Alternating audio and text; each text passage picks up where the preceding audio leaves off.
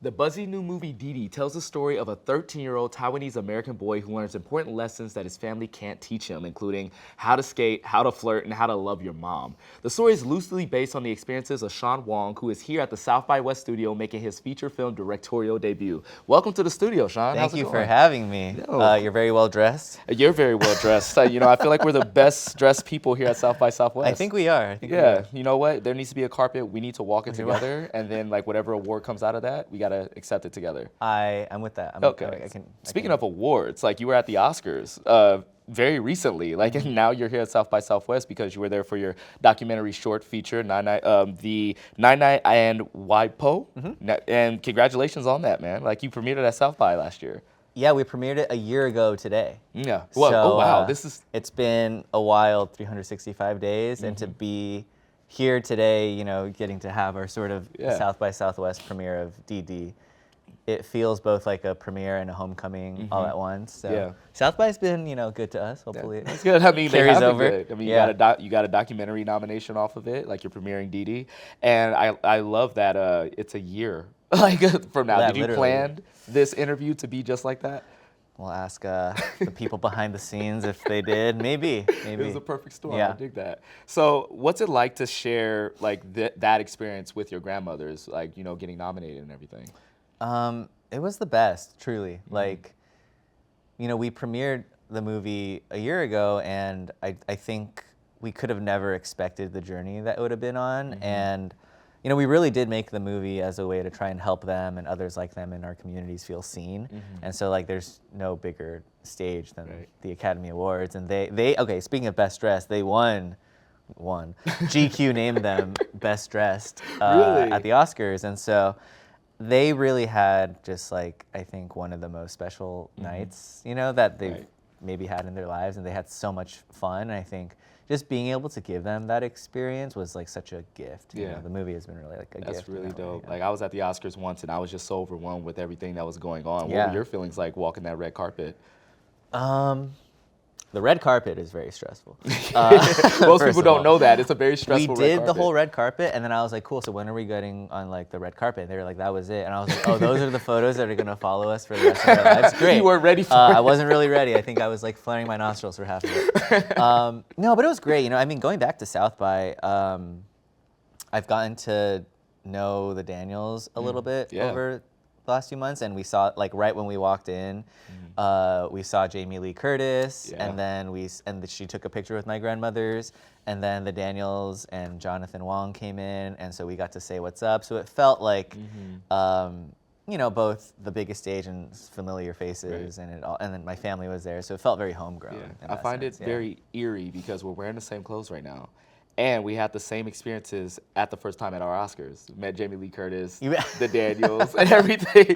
Were you there last year? Yeah, I was there last year, and then I hosted for like TikTok like 2 years ago. So Jamie Lee Curtis and I talked about One Piece. It was like really the weirdest, craziest thing to happen. You're a big anime fan? Big anime fan. Cool. Yeah, my name is Straw Hat Goofy on TikTok, so it's like a big like One Piece reference with Goofy, because Goofy movie also. It's a whole thing.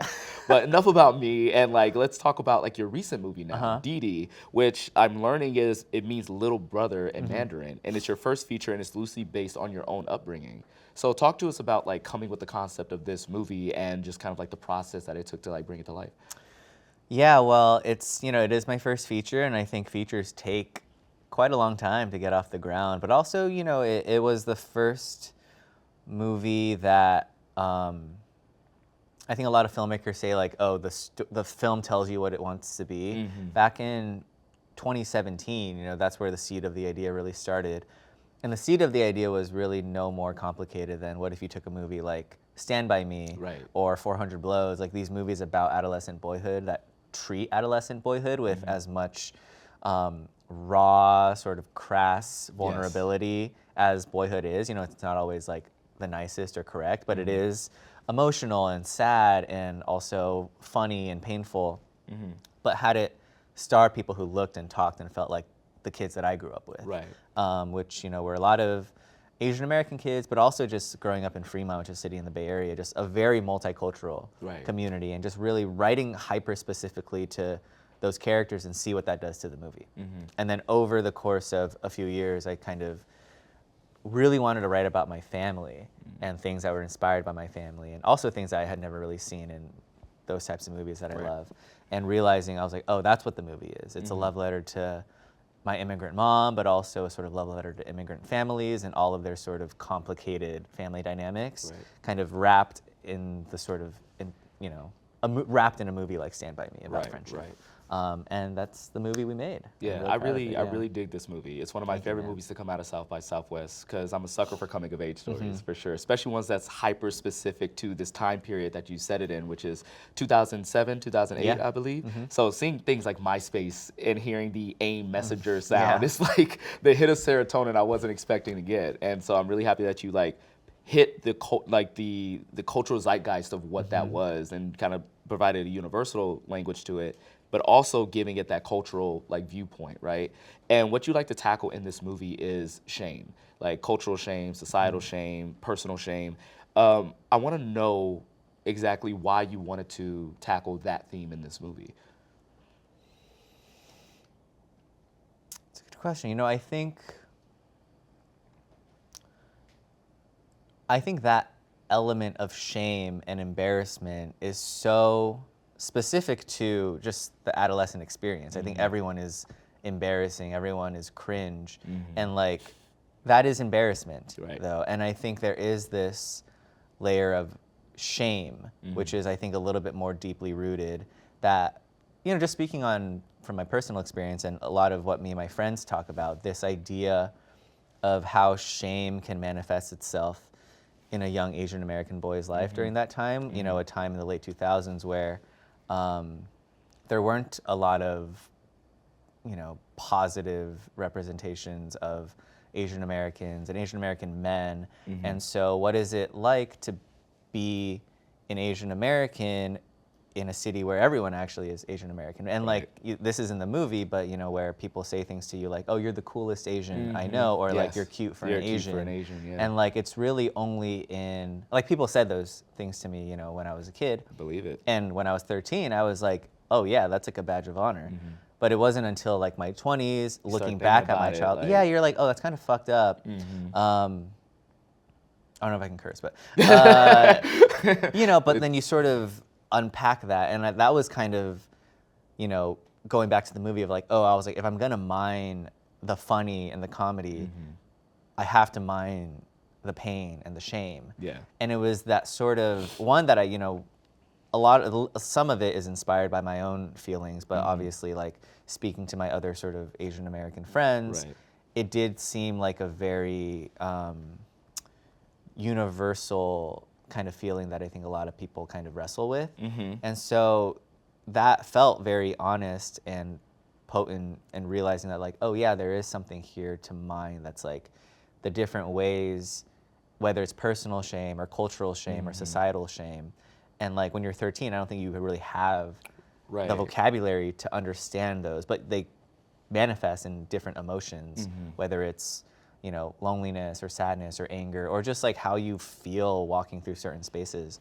But again, you don't have that perspective to diagnose what those are until you're in your 20s. And so that's kind of what this movie tries to do. The peppering in of shame throughout the film and how it informs your main character is very interesting, because I feel whenever we make like coming of age movies, there's those things that all coming of age movies have, right? Especially when it comes to finding yourself and that eventual blow up moment. And this movie has one of those moments between the mother and her son. And I see these in movies all the time. One of the biggest examples is mid-90s, the shut up moment. There's that moment where the child just kind of blows up on the mom. But I feel like the peppering in of shame is what informs that moment, because there's a cultural aspect to it. There's the pressure of my friends think I'm the coolest Asian, and like I want to be more Americanized. Calling your mom, oh, you're so Asian. I felt these things. So when that moment came up, I was just kind of like, wow, like the way it just kind of hits me right here. I feel like you did a wonderful job of that.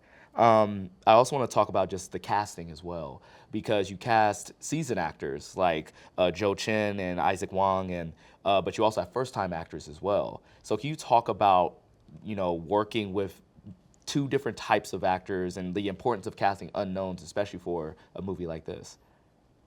Yeah, you're very eloquent.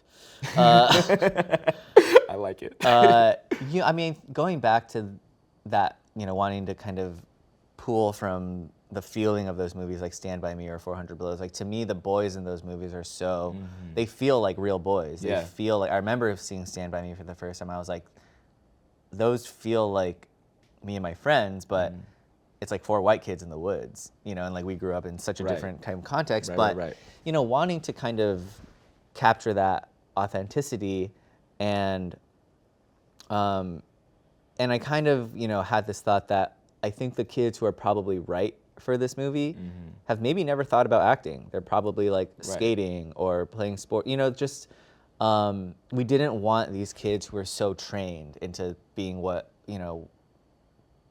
typically a trained actor kid would be, very proper and polite, and you say action and then all of a sudden they turn on for the camera. We wanted these kids who were a little rough around the edges in a complimentary way, in a way that they couldn't fake the sort of what it feels like to be a teenager. And so every kid in the movie, I think with the exception of Isaac, is more or less like a first time, never been in a movie actor. He's so good too. And they're so charismatic and just undeniable, like I don't think they can really perform a false note because they're just like, we're just kind of come in and make the character your own was kind of like our guiding light for them.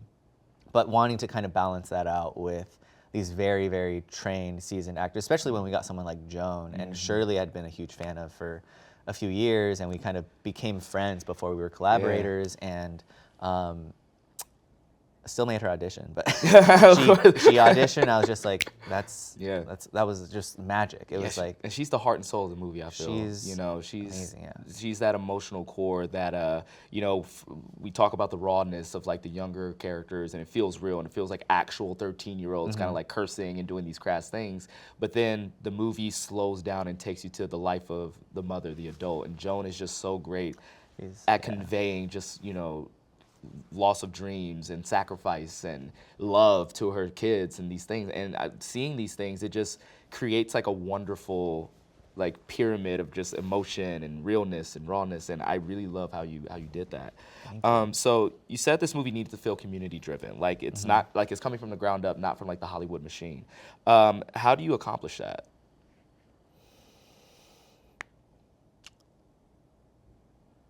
I don't know if there's any like one thing. I think it's every individual decision that you make. I think there's this mentality oftentimes that like when you make the feature jump, everything you do has to be different. Everything all of a sudden it's like we're making a feature, and there's just the whole process changes. And I think what I really wanted to try and do with this movie was knowing that I am making that feature jump, but I actually don't want to do things that differently than how I'm used to making my short films, which was, again, small, homegrown, making it with your friends. And even though like the crew is bigger than anything that I had made, and obviously we're working with the budget that's bigger than anything I've ever worked with, it was how do we retain that feeling that I have when I'm making my shorts, which is it feels like we're just making stuff with our friends.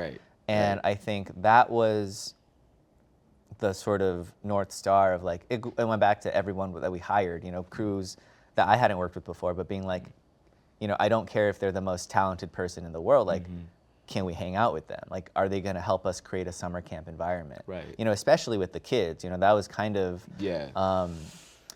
the most important thing to me that I learned also before we even shot the movie was that like, if I'm not having fun as a director, I think it's gonna ruin the movie because these kids have never been on a set before. They need to feel like they're walking into this place where they can play.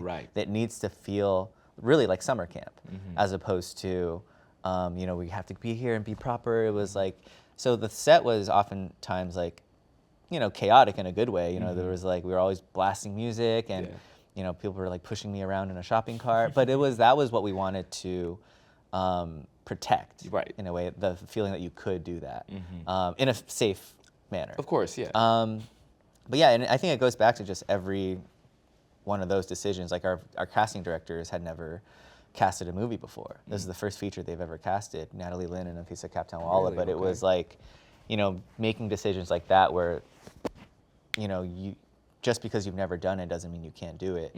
And knowing that like, oh, they just have the right spirit, and like trusting people who like bring their instincts to a movie, then I think that's how you kept it homegrown in a way. Yeah. Yeah. I love the way you describe making a movie, because when it comes to big Hollywood productions, specifically ones with bigger budgets, from the outside looking in, it does seem very overwhelming and very big. Like there's deadlines, there's everyone's trying to get their lines right, everyone's trying to be like on the tee. But the way you describe it is very like summer camp, and it like watching the movie, it does feel like people just having fun and making a movie. And I know like the bigger like blockbusters say, yeah, it's like a family and these type of things, but I really do feel like it comes across on screen whenever you watch it, because it doesn't feel like these are just people who never met coming together and doing things, even though that is what it is. But I just want to say I appreciate you doing that. Thank you. I mean, we had deadlines. Yeah, I totally get that. We had deadlines. We had a script, but ultimately it was that. It was just, how do we make this fun in the middle of how crazy production is? Yeah. How do we retain a spirit of fun? And that was like the most important thing for us. Okay, so big question: how do you hope audiences will react to this film? I mean, I hope they laugh, and I hope they feel moved, whether it's, whatever they kind of bring to it. I think going back to how I saw so much of myself in movies like Stand By Me or Ratcatcher, 400 Blows, or even Lady Bird, these movies that I don't demographically align with, but I see my own life experience in them. And so I hope that people of all different backgrounds and ages can watch our movie about, a 13-year-old Taiwanese American boy and like have it feel, remember those cringe feelings, remember what it feels like to talk to your crush on AIM and have butterflies. And, I think those emotions are universal, just like love and pain, shame and joy. So hopefully that's what they feel. Well, as a product of someone who grew up during that time, like I felt myself in this movie. So like, congratulations on that. I appreciate you for coming to the studio. Thank you, best dressed. Thank you, best dressed. We're gonna find a red carpet soon. All right, thanks everyone. Sean, thanks for being here. Thank you for having Dìdi me. will be in theaters July 26th. You can watch all of our studio interviews on the South by Southwest YouTube page at youtube.com/SXSW. I'm your host, Juju. This is Sean. We'll see you next time. This is great. Yeah, do a little wave. We're waving out all the cameras. This is good, man. Seriously, like, really enjoyed the movie, and I love hearing you talk about it.